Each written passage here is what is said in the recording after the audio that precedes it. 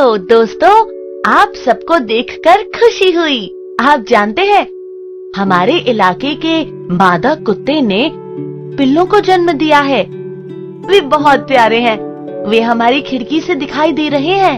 देखिए मम्मी, ये पिल्ले कितने प्यारे हैं। हाँ, बच्चे तो सभी के प्यारे लगते हैं, चाहे जानवर हो या पौधे। हाँ, नन्हे नन्हे पौधे देखने में कितने प्यारे लगते हैं ना। मुझे याद है, पिछली कक्षा में मैंने पढ़ा था पौधों के प्रजनन के बारे में। मम्मी, क्या जंतु भी पौधों की तरह बच्चों को जन्म दे सकते हैं? सानिया, जानवरों में भी अलैंगिक और लैंगिक प्रजनन होता है, लेकिन जानवरों के प्रजनन और पौधों के प्रजनन में कुछ अंतर होता है। ओह, ऐसा है। मैं यह जानने के लिए उत्सुक हूँ, पर कैसे? दोस्तों, क्या आपको याद है कि पौधों में प्रजनन कैसे होता है? क्या आप पौधे के उन भागों की सूची बना सकते हैं जो प्रजनन में भाग लेते हैं? मम्मी, मुझे याद है कि पौधे में नर और मादा जननांग यानी भाग होते हैं जो लैंगिक जनन में भाग लेते हैं। क्या जंतुओं में भी जनन के लिए नर और मादा जननांग यानी भाग होते हैं? हाँ सानिया, होते हैं। एक ही जंतु में नर और मादा जननांग नहीं पाए जाते हैं। कुछ जंतुओं में नर जननांग होते हैं जो नर जंतु कहलाते हैं, और कुछ में मादा जननांग होते हैं जिनको मादा जंतु कहते हैं। जैसे मनुष्यों में होता है? बिल्कुल सही। क्या आप फोटो देखकर नर और मादा जनन अंगों की पहचान कर सकते हैं? मम्मी, मैं अभी भी समझ नहीं पा रही हूँ कि जंतु अलैंगिक प्रजनन कैसे कर सकते हैं। मेरा मतलब है कि जंतु तो आपस में बंध नहीं सकते। नहीं सानिया, अलैंगिक प्रजनन दूसरी तरह से भी हो सकता है, जैसे मुकुलन। मुकुलन? हाँ, दरअसल अलैंगिक जनन अपनी ही तरह का जंतु पैदा करने का बहुत ही कारगर तरीका है। जरा सोचो, अगर तुम खुद ही दो हिस्सों में बट जाओ और खुद के जैसा जंतु पाओ। मुझे इसके बारे में जानकारी नहीं है कि जंतु खुद के जैसा जंतु कैसे बना सकते हैं। सानिया, सारे जंतु ऐसा नहीं कर सकते, परंतु अलैंगिक जनन कुछ जंतु जैसे हाइड्रा और अमीबा ही कर सकते हैं। हाँ, नए जीव मुकुलन एवं द्विखंडन के द्वारा पैदा होते हैं और एकदम अपने जनक जैसे ही दिखते हैं।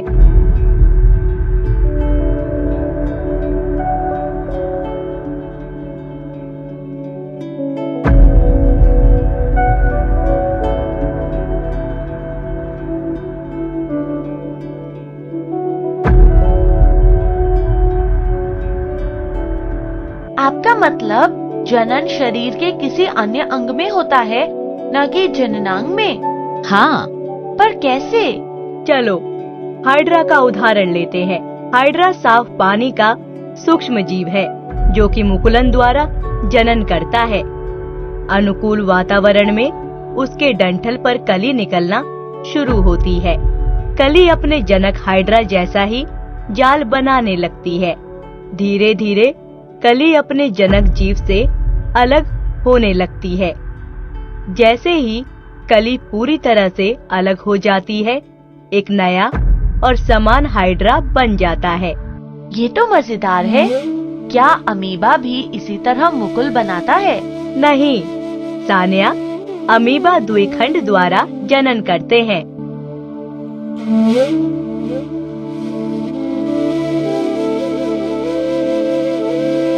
सारांश, हमने जाना कि जंतुओं में जनन की दो विधियां होती हैं, लैंगिक जनन, अलैंगिक जनन। एक ही जंतु में नर और मादा जननांग नहीं पाए जाते। कुछ जंतु जैसे हाइड्रा और अमीबा में अलैंगिक रूप से प्रजनन करने की क्षमता होती है।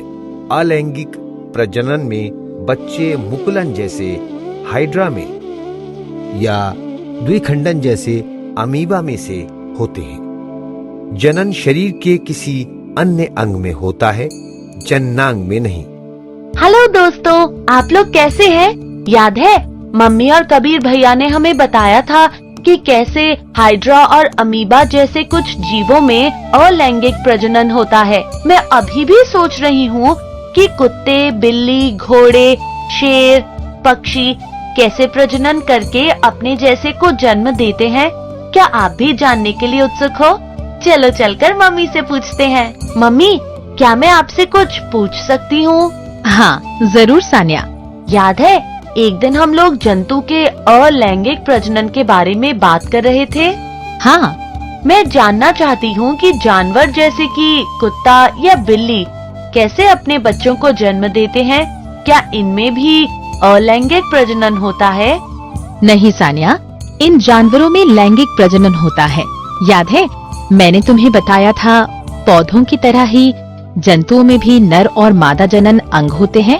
हाँ मम्मी, ये अंग लैंगिक जनन में बहुत ही महत्वपूर्ण भूमिका निभाते हैं। पौधों में जिस तरह से अंग भाग लेते हैं। हाँ सानिया।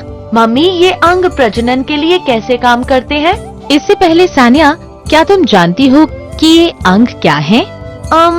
मुझे नहीं पता मम्मी, क्या आप जानते हैं? चलिए हम अपनी पुस्तक में देखकर उन अंगों के बारे में पता लगाते हैं जिन्हें नर और मादा जननांगों के रूप में वर्गीकृत किया गया है। वृषण नर युग्मक उत्पन्न करते हैं जिसे शुक्राणु कहते हैं। अंडाशय मादा युग्मक उत्पन्न करते हैं जिसे अंडाणु यानी अंड कोशिका कहते हैं। मम्मी, युग्मक प्रजनन कोशिकाएं होती है ना? हाँ सानिया। सानिया, तुमने कक्षा 7 में पौधों के लैंगिक प्रजनन के बारे में पढ़ा था। क्या तुम उस प्रक्रिया के बारे में बता सकती हो? हाँ मम्मी, पौधों में नर और मादा युग्मक का संलयन होकर युग्मनज बनता है। इस युग्मनज से भ्रूण बनता है जो एक पौधा बन जाता है। बहुत अच्छे सानिया, तुम्हें ये प्रक्रिया याद है। जंतुओं में भी निषेचन की यही प्रक्रिया होती है।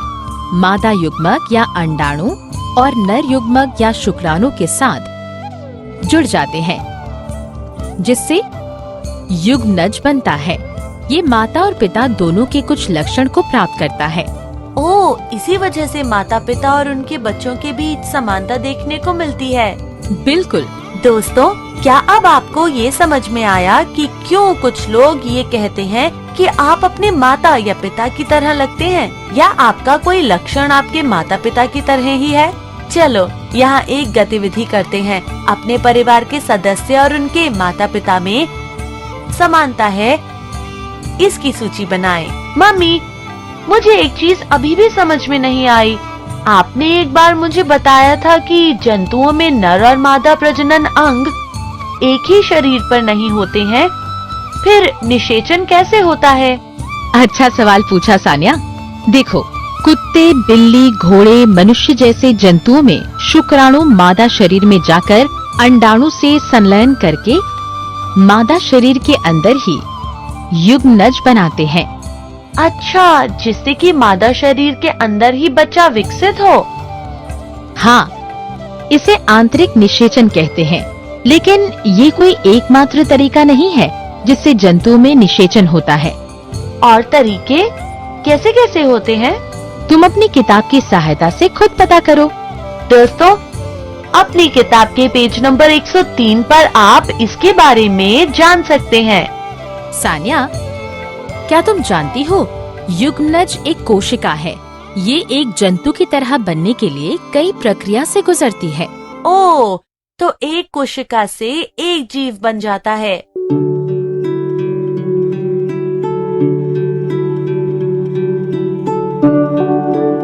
हाँ, युग्मनज लगातार विभाजित होकर कोशिकाओं के गोले में बदल जाता है, जिसके बाद कोशिकाएं समूह बनाने लगती हैं और अलग अलग ऊतकों और अंगों में परिवर्तित हो जाती हैं।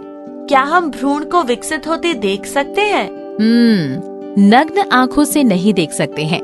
आंतरिक निषेचन में युग्मनज मादा शरीर के अंदर बनता है। भ्रूण गर्भाशय दीवार से जुड़ जाता है और प्रक्रियाओं से होता हुआ शरीर अंग ऊतकों में बनता जाता है। जब सारे शरीर अंग पहचाने जा सकते हैं, भ्रूण को गर्भस्थ शिशु कहते हैं। भ्रूण को हम अल्ट्रासाउंड द्वारा देख सकते हैं। जब गर्भस्थ शिशु की प्रक्रियाएं पूरी हो जाती हैं, तब बच्चा पैदा होता है। ये अल्ट्रासाउंड क्या होता है?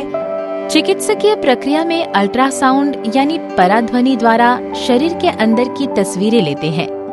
इससे भ्रूण के विकास की स्थिति का विश्लेषण करने में मदद मिलती है।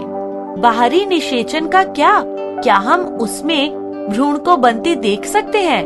बाहरी निषेचन में जब भ्रूण मादा शरीर के बाहर बनता है, जैसे कि जलाशय जंतुओं में भ्रूण अंडों के कवच के अंदर बनता है। जब भ्रूण पूरी तरह से विकसित हो जाता है तब अंडा टूट जाता है, जैसे मगरमच्छ या कछुए के अंडे।